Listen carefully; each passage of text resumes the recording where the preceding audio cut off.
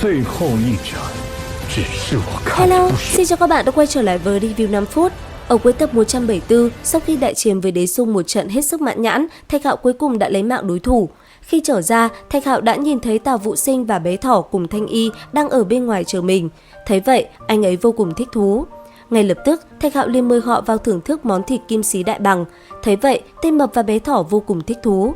Cứ thế, bốn người vừa ăn vừa bàn luận việc tu hành của mình.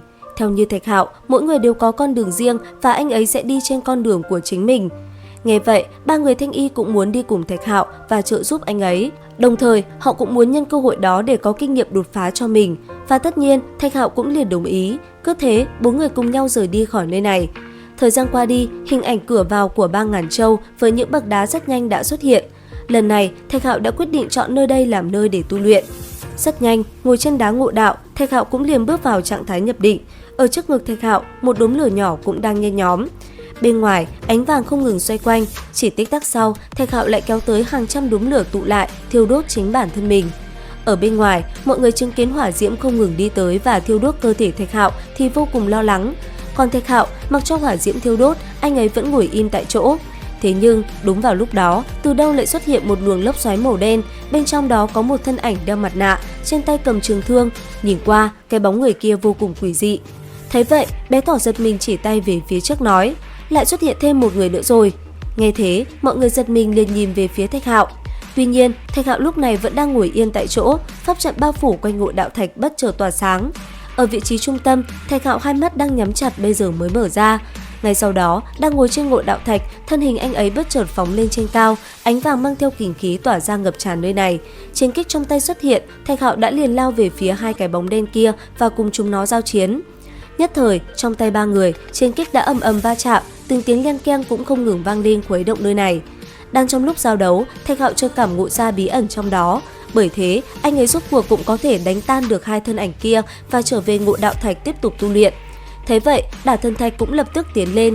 Ngay sau đó, nó liền há mồm và phun ra một cái trận pháp. Nhất thời, khi trận pháp sáng lên, nó liền hình thành một quả cầu bao phủ lấy cơ thể Thạch Hạo. Còn Thạch Hạo, ở vị trí trung tâm, từ cơ thể anh ấy, rất nhanh đã xuất hiện ánh vàng ngày càng rực rỡ. Tuy nhiên, cũng đúng vào lúc đó, từ phía xa kia lại bất chợt xuất hiện một cái đèn cổ tà dị bay về phía Thạch Hạo. Nhìn nó, mọi người hoảng hốt liền chạy tới, tất cả mọi người đều không biết nó là gì.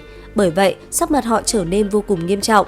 Giờ khắc đó, tất cả mọi người bảo thuật đã sẵn sàng để trợ giúp Thạch Hạo thì thanh âm anh ấy đã vang lên nói: các ngươi lùi lại đi, thứ này tới tìm ta không tự mình động thủ thì sẽ không thể hóa giải được.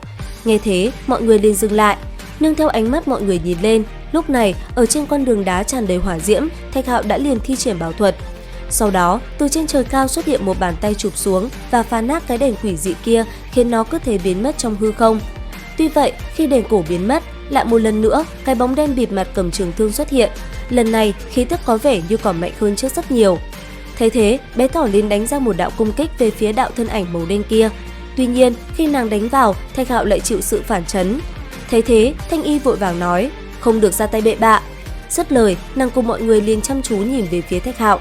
Còn nam nhân kia gầm lên một tiếng, hàng loạt phù văn thần lực tỏa ra. Ngay sau đó, anh ấy liền lao về phía đạo thân ảnh kia và chiến. Lại một lần nữa, hai người lại va chạm. Sau đó, bảo thuật liền xuất ra và đánh về phía đối thủ. Cứ thế, hai người giao chiến vô cùng ác liệt. Cuối cùng, sau một thời gian chiến đấu khốc liệt, Thạch Hạo cuối cùng vẫn đánh tan nó. Sau đó, anh ấy cũng tiếp tục tu luyện. Và rốt cuộc, sau một hồi, ở trên người Thạch Hạo, một luồng tinh khí đã xuất hiện. Tuy vậy, cũng đúng vào lúc đó, hư không lại hiện ra những vết rách. Thấy thế, Thanh Y sợ hãi nói, Thạch Hạo, xảy ra chuyện gì thế? Ngươi làm sao vậy? Đáp lại, Thạch Hạo truyền âm nói, đừng nên hỏi, đi mau đi. Nghe Thạch Hạo nói vậy, mọi người cũng mau chóng lùi lại.